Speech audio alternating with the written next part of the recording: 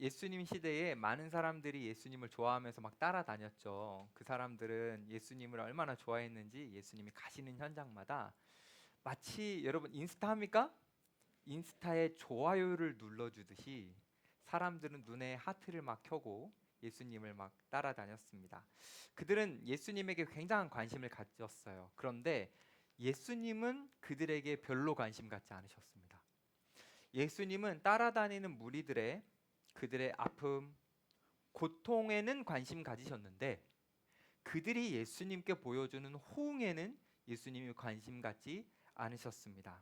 왜냐하면 예수님께서 원하시는 것은 그 무리들이 보여주는 호응, 다시 말해서 팬처럼 예수님 좋아요 이렇게 하는 것을 예수님이 원하시지 않았기 때문입니다. 예수님이 원하셨던 것은 좋아요 하면서 따라다니는 것이 아니라 정말 예수님의 제자가 되어 예수님을 따라 사는 것을 원하셨습니다. 그러니까 예수님이 원하신 것은 팬이 아니라 제자인 거죠. 여러분들은 여러분을 돌아보면 여러분들은 예수님의 팬인 것 같습니까? 아니면 제자인 것 같습니까? 지금 한번 생각해 봤을 때 나 제자까지는 아닌 것 같고 팬인 것 같은데? 라고 생각이 들어도 실망하지 않으셔도 됩니다. 오늘 말씀을 통해서 여러분들은 제자가 될 수 있는 기회가 주어졌기 때문입니다. 자, 우리가 제자가 되기 위해 이제 말씀을 본격적으로 볼 건데 우리가 예수님의 제자가 되려면 우리는 예수님이 어떤 분이신지를 잘 알아야 됩니다. 그런데 너무 감사하게도 오늘 본문은 예수님이 어떤 분이신지 쫙 요약해가지고 우리에게 분명하게 알려주고 있습니다. 예수님이 어떤 마음을 가지고 계셨고 예수님께서 이 땅에 계실 때 어떤 사역을 하셨는지를 알려주셨습니다. 우리 35절 한번 볼까요? 여러분들이 한번 읽어봅시다. 시작.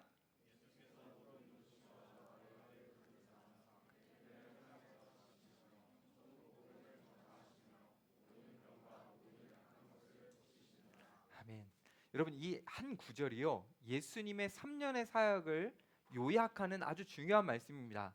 예수님께서 말씀을 가르치셨고 그리고 천국 복음을 전파하셨고 그리고 사람들에게 가서 약한 것과 병을 고쳐 주셨다.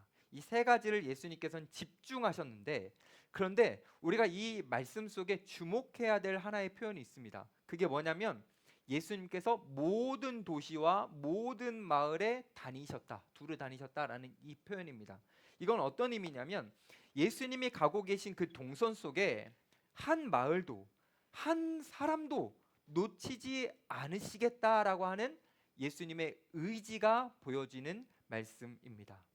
여러분 이거는 당시에 좀 획기적인 거예요. 왜 획기적이냐면 그 당시에는 선생들이 제자들을 향해서 다시 말해서 그 배우려는 사람들 향해서 가주지 않는 시대였습니다. 권위 있는 선생들은 너네가 배우려면 나에게 와. 이게 그냥 일반적인 문화였던 시대예요. 근데 예수님 어떻게 하셨죠? 그 문화를 거스르시고 직접 한 영혼 한 영혼을 찾아가셨잖아요. 찾아가셔서 전하시고 가르치시고 고쳐주시는 예수님의 모든 에너지를 한 사람 한 사람에게 다 쏟으신 거예요. 이거를 잘 묵상해 보면 예수님은 예수님 자신을 사람들에게 이렇게 내어주신 겁니다. 너무 좋지 않나요? 예수님은 와, 올 때까지 기다릴게 이렇게 하는 게 아니라 못 오는 사람들의 마음까지 다 아시면서 그들에게 찾아가셨습니다. 자, 왜 예수님은 본인의 에너지를 다 쓰시면서까지 사람들을 찾아가셨을까? 그 이유가 바로 다음 구절에 나와요. 36절 보시면 무리를 보시고 불쌍히 여기시니 이는 그들이 목자 없는 양과 같이 고생하며 기진함이라. 왜죠? 예수님이 불쌍히 여기셨기 때문에. 여기서 불쌍히 여기다라는 이 표현을 우리가 또 기억해 봐야 되는데 이것은 그냥 단순하게 좀 안타깝네 이런 감정이 아닙니다. 왜냐하면 이 표현은요 성경 속에 창자가 끊어지는 고통을 겪을 때 쓰는 표현이거든요. 그러니까 내 내장이 뒤틀리는 것 같은 고통스러움을 가지고 다른 사람들을 향해 예수님이 불쌍히 여기셨다, 안타까운 감정을 가지셨다라는 거죠. 그러면 왜 예수님은 창자가 막 뒤틀릴 정도의 안타까움을 무리를 보시면서 가지셨는가? 이유가 뭘까? 뭐 예를 들면 그 당시에 유대인들은 로마의 압제 가운데 있었으니까 경제적으로도 어려웠고 자유를 잃었기 때문에 그런 걸 보시면서도 안타까워 하셨겠지만, 진정한 이유는 36절 후반에 나오죠. 무리를 보니 그들이 목자 없는 양과 같았기 때문에 예수님이 창자가 뒤틀리는 정도까지 아프셨다라는 겁니다. 그러니까 예수님은 지금 그들의 빈곤이라는 주제보다 목자 없는 양과 같이 살아가는 그들의 모습이 더 아팠다라는 겁니다. 목자 없이 살아가는 거. 여러분, 목자 없이 살아가는 양에 대해서 한번 생각해 볼까요? 여러분은 양을 저런 양떼 목장 같은 데서 가서 보면 귀엽죠? 뭐 좀 안 귀여울 수도 있어요. 막 떼도 많이 먹고 그러니까. 근데 양은 이런 특징이 있어요. 시력이 안 좋고, 양은 말귀도 잘 못 알아듣고, 양은 자기를 보호할 줄도 모르고, 길도 못 찾고, 양식이 어디 있는지도 모르고, 이걸 쉽게 말하면 양은 어떤 존재냐면 가만 놔두면 알아서 죽는 존재입니다. 양이란 목자의 보호가 없이는 생존할 수 없는 동물을 의미하는 거예요. 자, 그런데 예수님이 보실 때 이스라엘 백성들이 딱 이런 상태였다라는 거죠. 목자 없이 헤매다가, 어떻게 살아야 될지 모르고 헤매다가 그냥 망해서 죽어버릴 존재같이 예수님은 이스라엘 백성들을 보셨던 거예요. 우리 이런 걸 한번 생각해 봅시다. 우리는 성경을 읽고 그동안 신앙생활을 해보면서 출애굽한 이스라엘 백성들에 대해서 많이 들어봤을 거예요. 그렇죠? 출애굽한 이스라엘 백성들이 출애굽해서 가나안 땅으로 가기 위해 어디를 통과하죠? 광야라는 곳을 통과합니다. 자, 이스라엘 백성들이 거의 200만 명이나 되는 이스라엘 백성들이 광야를 통과할 때 과연 지도자인 모세가 없었다면 그들은 어떻게 됐을까요? 상상 한번 해보세요. 오합지졸이 되어서 어떻게 할 줄 모르고 아마 그 광야에서 망해버렸겠죠. 여러분, 이런 게 상상이 되십니까? 상상이 안 되십니까? 그러니까 무슨 말이냐면 목자 없는 양과 같이 된다라는 것은 너무 끔찍한 일이라는 겁니다. 여러분, 이거 모세가 알았어요. 모세는요, 자기가 죽을 때 자기가 없어지면 이스라엘 백성들에게 큰일 날 것을 알았습니다. 그래서 하나님 앞에 여호수아를 달라고 기도를 하는데요.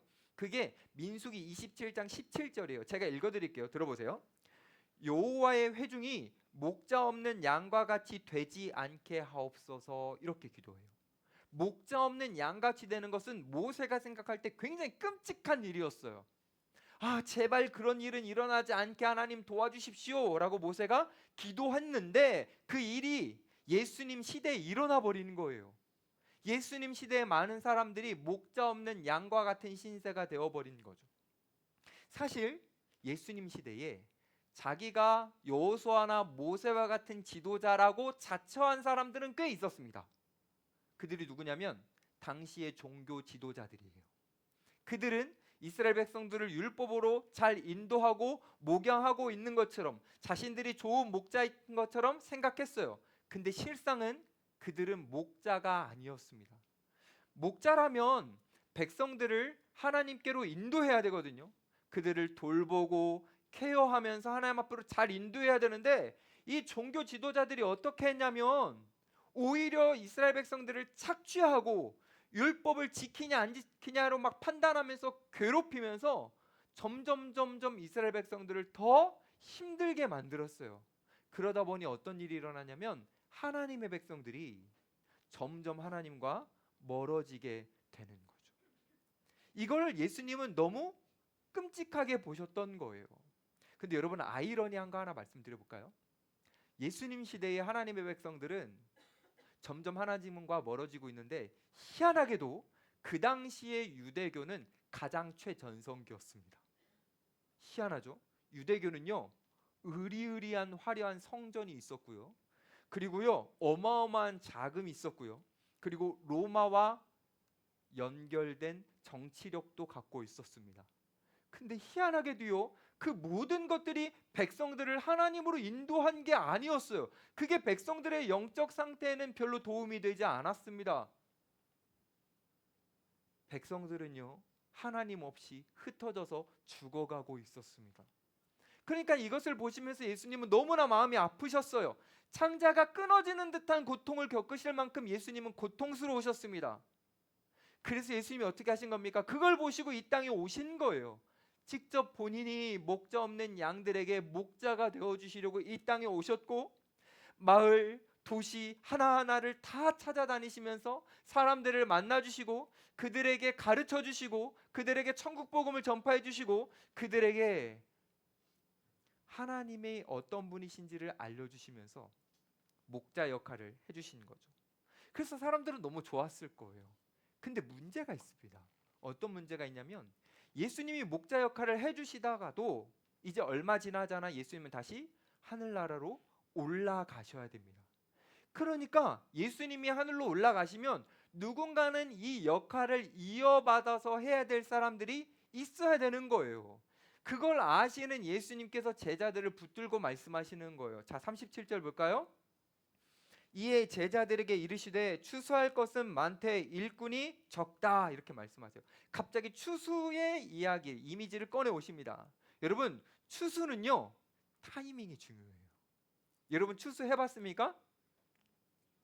에휴, 서울에 살아가서 추수 뭘 해봤겠어. 시골 살아봐 이런 것도 한번 해보지, 그렇죠? 여러분, 추수는요 타이밍이 중요한데 그 적절한 타이밍을 놓치면 곡식들이 떨어져 버리고 그리고 죽어버리게 됩니다. 그러니까 이 추수의 이미지를 갖고 와서 예수님이 제자들에게 뭘 알려주시는 거냐면, 지금이 타이밍인데 이 타이밍을 놓치면 큰일 난다라는 심각성을 느끼게 해주시는 거예요. 그렇게 느끼게 해주신 다음에 제자들에게 부탁하세요. 자, 38절 봅시다. 그러므로 라고 말씀하시죠. 추수하는 주인에게 청하여 추수할 일꾼들을 보내주소서 하라 하시니라. 지금 예수님이 제자들에게 어떤 부탁을 하십니까? 주인에게 청해라. 여러분, 청하라는 게 무슨 의미입니까? 기도해라 라는 의미입니다. 뭐라고 기도하라고 했어요? 영혼들이 죽어가고 있으니 그 영혼들에게 목자를 좀 보내주십시오 라고 기도하라고 예수님이 제자들에게 말씀하셨어요. 자, 그러면 예수님은 왜 제자들에게 니네가 가 이렇게 안 하시고 기도하게 하셨을까요? 왜냐하면 기도를 하면 놀라운 일이 벌어지기 때문입니다. 그 놀라운 일이 뭐냐면 기도할 때 하나님의 마음을 느끼는 거예요. 그래서 기도하다 보면 나와 멀리 떨어져 가 계신 그 하나님인 것 같았는데 어느 순간 하나님이 보이기 시작하고 느껴지기 시작하고, 하나님이 이 땅에 목자 없는 양처럼 살아가는 백성들을 얼마나 아파하시고 고통스러워 하시는지 그 하나님의 마음이 공감되기 시작하고, 그래서 점점 하나님의 눈이 뜨여지니까 나는 원래 사람들을 바라볼 때 불쌍히 여겨지지가 않았고 아프지 않았는데 점점 그 사람들을 바라볼 때 하나님의 시선으로 바라보게 되면서 아파지는 거예요. 불쌍히 여겨지는 거예요. 그래서 어떤 일이 일어나는 줄 아십니까? 기도하면 하나님, 저 사람들 너무나 불쌍한데 얘 좀 보내주세요 이렇게 안 하고 저를 보내주세요 이렇게 돼요. 기도하다 보면 하나님의 마음을 알게 돼요. 주님, 나를 보내주십시오 이렇게 되는 거죠. 제가 여기까지만 딱 설명드리면 지금 몇 분들 표정 보니까 야, 기도하면 안 되겠네, 이거 기도했다가는 진짜 큰일 날 수도 있겠네 이렇게 생각하는 분이 있는 것도 같은데 그 생각을 잠시만 멈춰보세요. 기도는 우리에게 부담이 아니라 은혜거든요.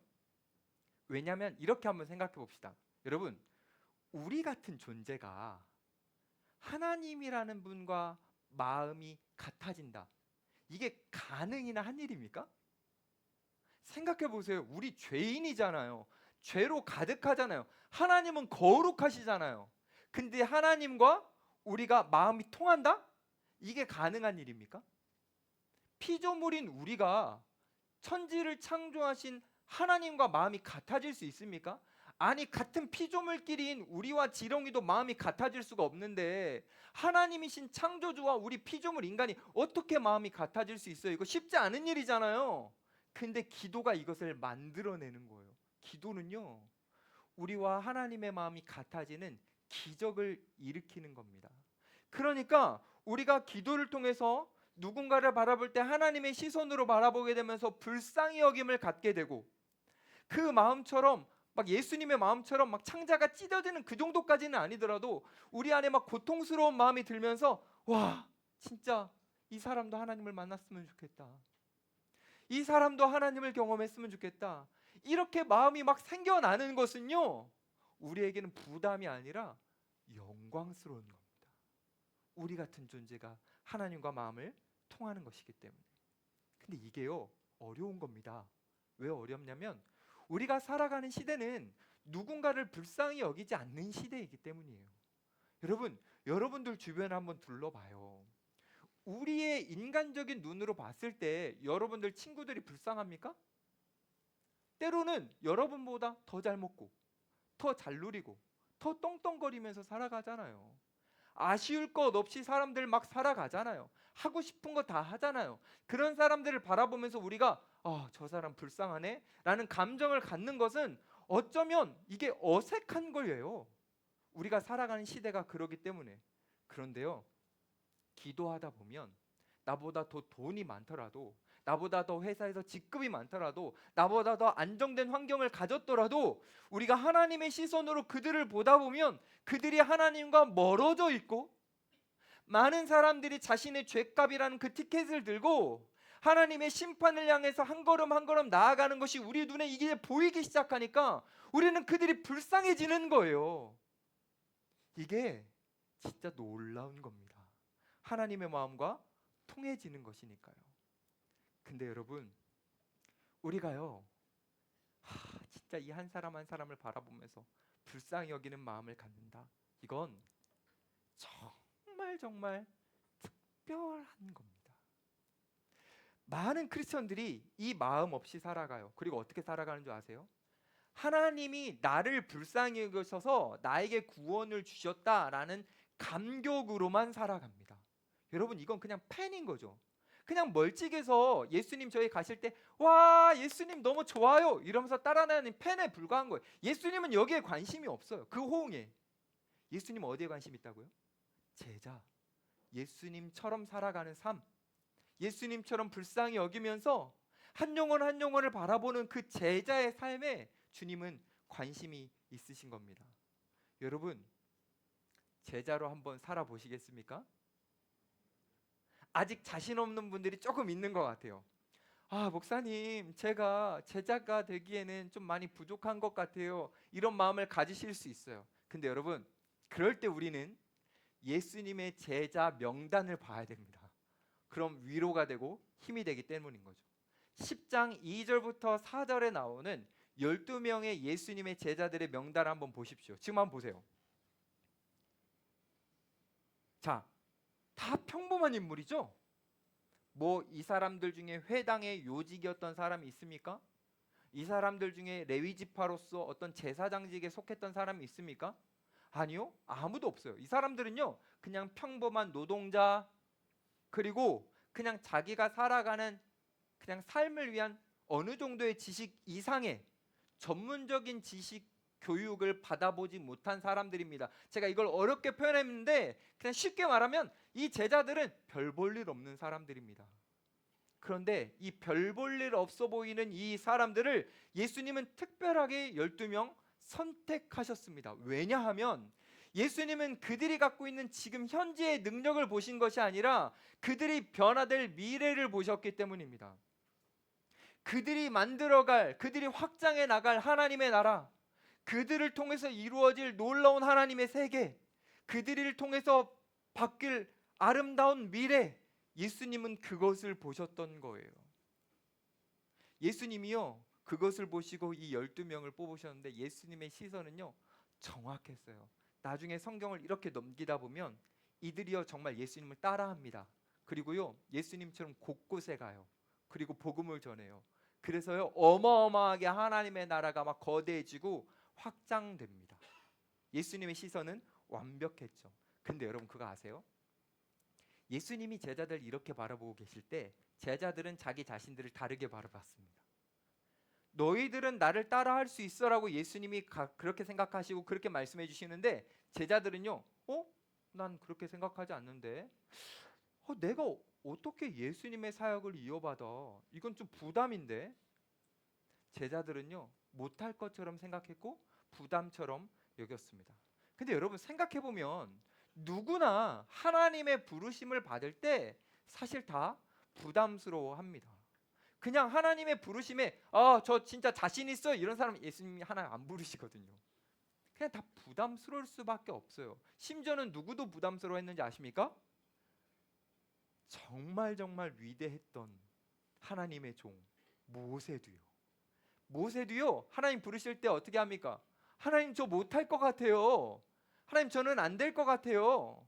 모세도요. 하나님 앞에 하나님의 부르심을 거절했습니다.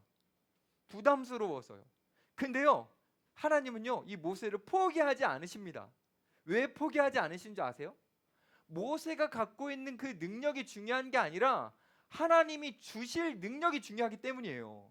모세는 지금 자기를 봤을 때 와 나는 절대 할 수 없는데 라고 생각하는데 하나님은 내가 너와 함께 할 건데 무슨 상관이야. 넌 할 수 있어. 하나님은요 모세를 믿으셨거든요. 그래서요 모세를 포기하지 않고 끝까지 불러가시는 거죠. 모세는요 스스로를 바라보면서 하나님 전 자신 없어요. 그럴 때 하나님 모세에게 이렇게 말씀하시는 거예요. 내가 자신 있어. 내가 너에게 자신 있어. 우리 인간들은요 하나님의 부름을 받을 때 부름 받는 자의 자격과 능력을 생각해요. 근데 그게 중요하지 않아요. 진짜 중요한 건 뭐냐면요 부르시는 자가 누구냐, 그게 중요한 겁니다. 우리는 우리의 능력과 우리가 갖고 있는 자질을 보면서 나는 안 될 것 같은데 이렇게 생각하는 거 당연하죠. 저와 여러분도 모두 다 그렇게 생각할 수밖에 없습니다. 근데 하나님은요 그거 중요하지 않으시대요. 하나님이 부르시는 거예요. 하나님이 보시는 게 우리의 시선보다 더 정확하고 하나님이 판단하시는 게 우리의 판단보다 더 옳으시잖아요. 내가 부르면 되는 거야. 주님이 우리에게 그렇게 말씀하시는 거죠. 사랑하는 여러분, 주님은요 여기 있는 모든 청년들 한 분 한 분을 다 제자로 부르시는데요. 그때 여러분들 부담스러워하거나 망설이지 마세요. 그냥 우리는 뭐만 하면 되냐면 부르시는 하나님이라는 그 존재를 믿으면 되는 거예요. 우리 그동안 살펴봤죠. 예수님께서 많은 사람들 중에 특별하게 기적을 경험하는 사람들에게 계속 뭐라고 말씀하셨죠? 믿음대로 될지라 이랬죠. 부르심도 똑같은 거예요. 하나님이 나를 부르실 때 주님 내가 하나님을 믿습니다 라고 하면 믿음대로 되는 겁니다. 그럼 어떤 일이 일어나냐면 우리의 무능함을 덮는 하나님의 전능함이 임하게 되면서 우리도 모르게 제자로서 살아갈 수 있게 되는 거예요. 예수님은요 그걸 보여주세요. 우리를 부르실 때 능력을 주시는 걸 보여주세요. 우리 10장 1절 말씀 보실까요? 예수께서 그의 12제자를 부르사 더러운 귀신을 쫓아내며 모든 병과 모든 약한 것을 고치는 뭐를 주셨죠? 권능을 주셨습니다. 여러분 놀랍지 않습니까? 예수님께서 제자들에게 주셨던 이 권능은 참 진짜 대단한 것 같습니다. 제자들도 예수님처럼 귀신을 쫓아내게 되고 제자들도 예수님처럼 아픈 사람들을 치유할 수 있는 일이기 때문입니다. 여러분 중에 여기서 또 이런 생각 가지는 사람이 있을 수 있어요. 목사님, 저도 요 정도 능력 받으면 제자 해볼 수 있겠습니다. 근데 저는 이런 능력이 없잖아요. 저도 사실 이런 능력 주신다고 하면 뭐 해볼 수 있을 것 같은데 이렇게 생각하는 분 있나요? 아무도 없다고요? 저만 생각했다고요? 여러분들은요 이것보다 더 귀한 능력을 이미 다 받았습니다. 그게 어떤 능력이냐면 누군가를 불쌍히 여기는 능력입니다. 누군가를 불쌍히 여기고 사랑해주는 그 마음이 누군가를 치료해주는 능력보다 훨씬 더 큰 능력입니다. 에이 목사님 이럴 수 있는데 제가 사실 예전에 이걸 가지고 사실 진지하게 한번 고민해 봤었어요. 혼자 스스로. 어떤 고민을 한번 해봤냐면 제가 이런 고민을 해봤어요. 하나님이 나에게 치유의 능력과 사랑의 능력을 주신다면 그리고 그 둘 중에 하나만 선택하라고 한다면 나는 무엇을 선택해야 될까? 제가 이걸 가지고 이제 막 그 집사님들과 한번 나눴더니 의사이신 집사님이 저는 치유요 이렇게 말씀하시더라고요. 당연히 그분은 그럴 수 있어요. 근데 그분도 나중에 바뀌었어요.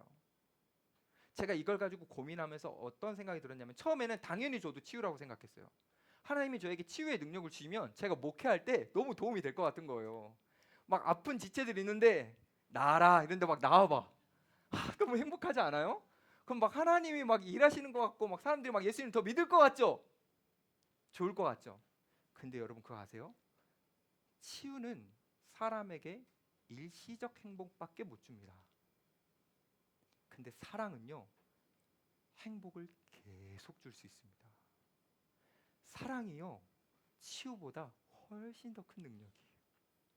근데 우리가 기도하면요, 이 능력을 받습니다. 하나님의 마음과 통하게 되면서요, 한 사람 한 사람 한 사람을 불쌍히 여기게 되고요, 그들을 사랑하게 되는 거예요. 혹시 여러분들 중에 나는 누군가가 불쌍히 여겨지지 않고 나는 사랑이 없는 것 같은데 라고 생각하는 분들이 있다면 진짜 기도해 보세요. 주님 앞에 매달려 보세요. 주님 앞에 여러분들의 마음을 열어보세요. 그러면요, 주님께서 여러분들에게 하나님의 마음을 허락해 주실 겁니다. 여기서 한 가지 생각해 보고 싶은 게 있어요. 그게 뭐냐면, 제자들은 지금 막 제자가 되는 걸 부담스러워하는데 왜 예수님은 부담스러워하는 것을 아시면서도 막 권세를 나눠 주실 만큼 이들이 제자가 되기를 바라셨을까? 두 가지의 이유가 있습니다. 첫 번째는 뭐냐면, 제자라는 그 삶에 우리의 정체성이 있기 때문입니다. 무슨 말이냐면, 우리는요, 이 땅을 살아가면서 자신이 어떤 존재인지를 잘 몰라요. 자신의 정체성을 하나님이 나를 창조하신 이유 속에서 찾아야 되는데, 거기에서 찾지 않고 사회에서 내가 어떤 기능을 하는 데서 내 정체성을 찾기 때문에 많은 사람들이 자신의 진정한 정체성을 잘 모릅니다. 제가 예를 한번 들어볼게요. 여기에 마이크가 있어요. 이 마이크의 정체성은 뭐냐면, 작은 소리를 크게 내어주는 거죠. 그래서 많은 사람들이 큰 소리로 듣게 해주는 겁니다. 자, 근데 이 마이크가 자기의 정체성을 몰라요. 그리고 나는 망치같이 생겼는데 나는 못을 박는데 써야겠다, 이렇게 생각할 수 있습니다. 여러분, 만약에 마이크가 못을 박는데 쓰는 정체성이라고 생각해서 못을 박으려고 한다면, 실제로 박고 있다면 옆에서 보는 사람들은 얼마나 답답할까요? 그게 아닌데. 이 마이크가 자신의 정체성대로 살아가려면 설명서를 봐야 되는 거예요. 설명서를 보고 내가 이걸 위해서 만들어졌구나 라는 걸 알아야 진정한 정체성을 찾는 거죠. 근데 많은 사람들이 이 마이크처럼 우리가 왜 태어났는지 설명서를 안 읽는 거예요. 성경에 우리가 왜 존재하고 있고 어떻게 살아가야 되는지 많이 적혀 있는데 그것을 읽지 않으니까 어떻게만 합니까? 사회 속에서 학업으로, 직장 속에서 내 역할로, 내가 사회 속에서 할 수 있는 기능으로 내가 막 마음대로 도전해보고 막 합니다. 그러다가 어떤 일이 일어나는 줄 아세요? 이 마이크가 못을 박는다고 생각해보세요. 그럼 어떤 일이 일어납니까? 여기에 상처가 나죠. 그리고 패이죠. 파괴되죠. 우리가 사회 속에서 그런 일들을 경험하는 거예요. 내 온전한 원래 정체성을 모른 채 내가 사회 속에서 하는 그 기능으로 내 정체성을 삼다 보니 상처받고 실수하고 무능함이 발견되고, 그러니까 어떻게 여기는 줄 아세요? 우리 청년들이 나는 쓸모없는 존재구나, 그렇게 자신을 평가하는 거예요. 여러분, 우리는요 그런 존재가 아닙니다. 여러분들은요 생각하는 것보다 훨씬 더 존귀한 존재입니다. 여러분들은요 하나님이요 더 위대한 일을 위해서 여러분들을 태어나게 하신 거예요. 우리는요 태어나서 이 사회 속에서 돈 벌고 돈 쓰고 이것만 반복하다가 끝날 존재가 아니라는 거죠. 하나님이 이 땅을 하나님의 나라로 만들어 가실 때 그 위대한 사역에 우리가 같이 동참하여서 하나님 나라가 확장되는데 그 안에 주인공처럼 쓰여질 존재로 우리는 창조된 거예요. 근데 그걸 모르고 하나님의 의도를 모르고 내 마음대로만 막 살아가려고 하니 정체성을 모르고 나는 왜 이렇게 살아가야 되나, 이거죠. 여러분, 우리의 정체성은요 제자로 살아봐야만 알 수 있는 거예요. 주님이 부르실 때 주님 제가 순종하겠습니다, 저도 불쌍히 여기며 사랑하며 살겠습니다, 그렇게 할 때 우리의 정체성을 진짜 발견하고 내가 이렇게 존귀하고 행복한 존재이구나 라는 걸 알게 되는 거예요. 그걸 위해서 주님이 우리에게 제자로 부르시는 겁니다. 여러분들을 기능으로 쓰시려는 게 아니에요. 주님은 그런 의도가 아닙니다. 우리를 제자로 부르시는 두 번째 이유가 있어요. 그게 뭐냐면요, 주님은요 우리와 특별한 관계를 맺고 싶으신 거예요. 성경을 보면요 예수님을 좋다고 따라다녔던 많은 팬들은요 이름이 기록되지 않아요. 근데요 예수님을 따라 살았던 제자들만 이름이 기록됐습니다. 이건 어떤 차이냐면요, 이런 걸 알려주는 거예요. 잊혀지는 존재와 잊혀지지 않는 존재를 알려주는 겁니다. 팬들은요, 예수님에게 잊혀집니다. 근데 제자는요, 예수님에게서 잊혀지지 않아요. 제자로 살아가는 사람들은요, 성경에 기록될 정도로 주님은 자신의 마음판에다가 그 한 사람 한 사람의 이름을 새기시는 겁니다. 제가 이거 증거를 한번 볼까요? 여러분, 누가복음 16장에 보면 부자와 나사로의 이야기가 나옵니다. 그렇죠? 근데 흥미로운 것은 나사로는 천국에 가죠.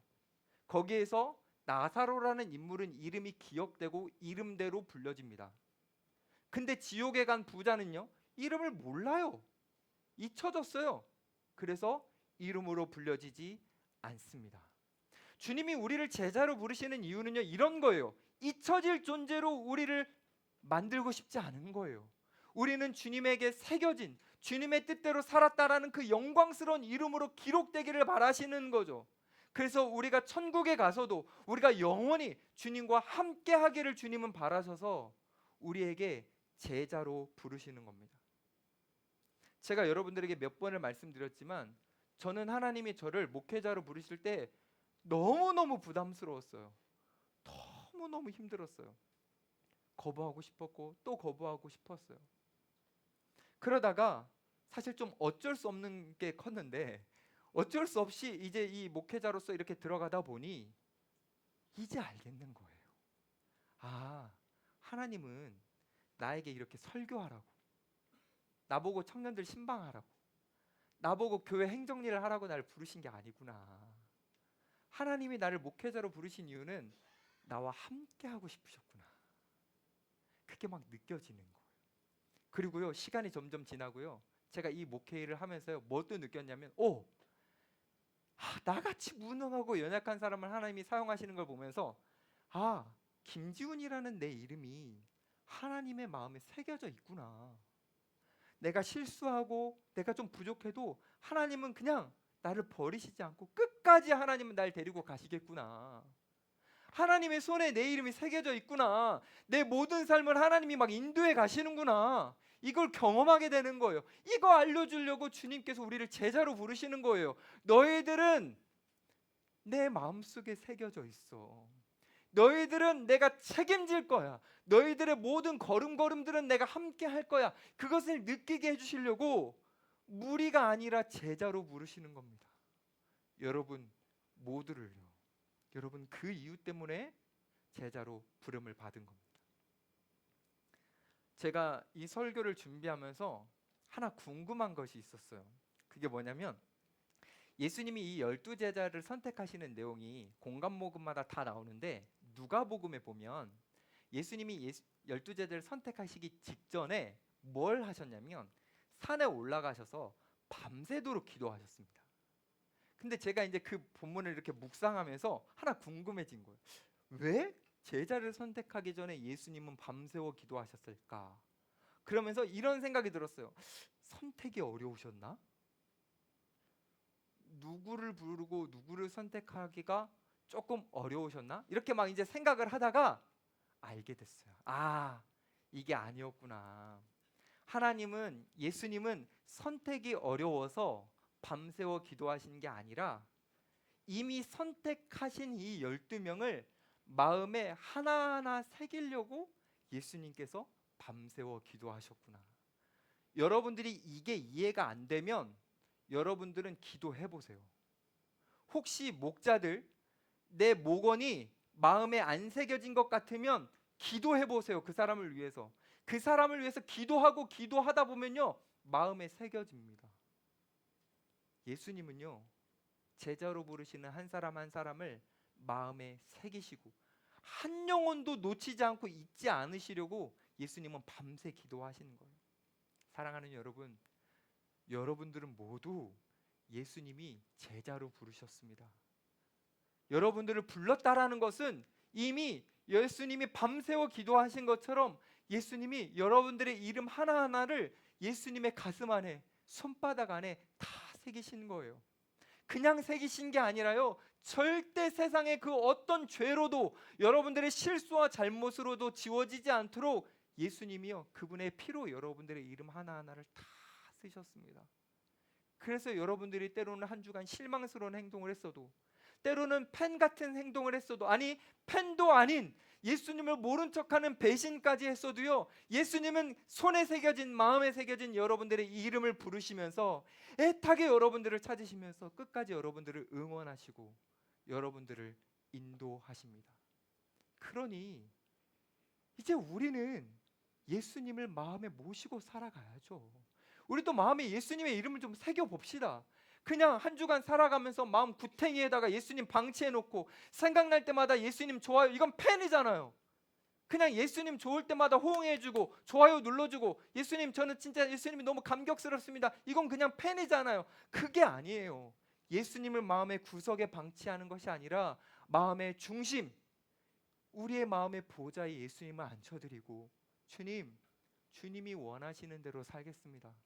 제가 원하는 대로 한 주간을 사는 게 아니라 정말 주님이 원하시는 대로 한 주간을 살아가겠습니다. 그렇게 우리가 모두가 제자로 살아갔으면 좋겠습니다. 다시 한번 강조합니다. 우리가 제자로 살아가는 것은요, 그냥 예수님 나에게 은혜 주셔서 감사해요, 저를 구원해 주셔서 감사해요, 이렇게 좋아요 누르듯이 예수님의 팬의 입장으로 따라가는 그런 게 아니에요. 진짜 제자가 된다라는 건 예수님처럼 살아가는 거예요. 예수님이 마음이 막 뒤틀리시듯이 한 영혼 한 영혼을 바라보시면서 불쌍히 여기셨던 것처럼 우리도 다른 영혼을 불쌍히 여기고 사랑해주고 그들에게 말씀을 가르치고 복음을 전파하고 그들을 고치는 일에 우리의 온 마음과 정성을 다드리면서, 내가 예수님처럼은 못하겠지만 예수님처럼 해보고 싶어서 몸부림은 쳐보겠습니다. 그게 우리의 삶이어야 됩니다. 저는 여러분들이 그렇게 제자의 삶을 다 살아서 여러분들이 세상 속에서 인정은 못 받더라도 여러분들이 얼마나 존귀한 존재인지, 하나님 나라의 여러분들이 주인공이라는 거, 그리고 여러분들이 주님의 마음에 새겨져 있다라는 것을 여러분들의 피부와 일상 속에서 누리며 살기를 간절히 축복합니다.